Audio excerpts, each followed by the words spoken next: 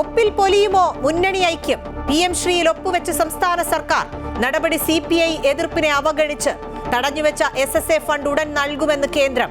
നാളെ സംസ്ഥാന സെക്രട്ടേറിയറ്റിൽ ചർച്ച ചെയ്യുമെന്ന് ബിനോയ് വിശ്വം.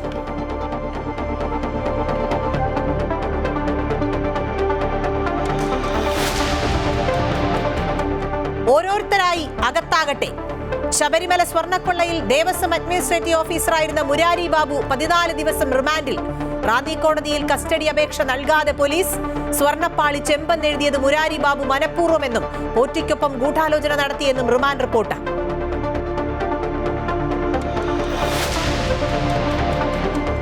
ഗുരുവിന് രാഷ്ട്രപതിയുടെ പ്രണാമം.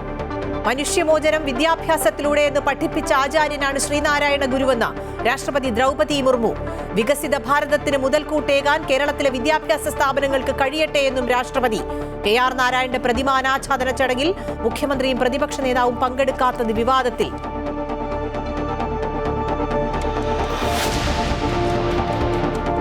മങ്ങുന്ന വ്യാപാര കരാർ. ആസിയാൻ ഉച്ചകോടിയിൽ മോദി ട്രംപ് കൂടിക്കാഴ്ച ഉണ്ടാകില്ല. മോദി പങ്കെടുക്കുന്നത് വെർച്വലായി.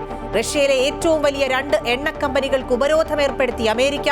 പുതിയ ഉപരോധങ്ങൾ യുദ്ധപ്രഖ്യാപനത്തിന് തുല്യമെന്ന് റഷ്യ.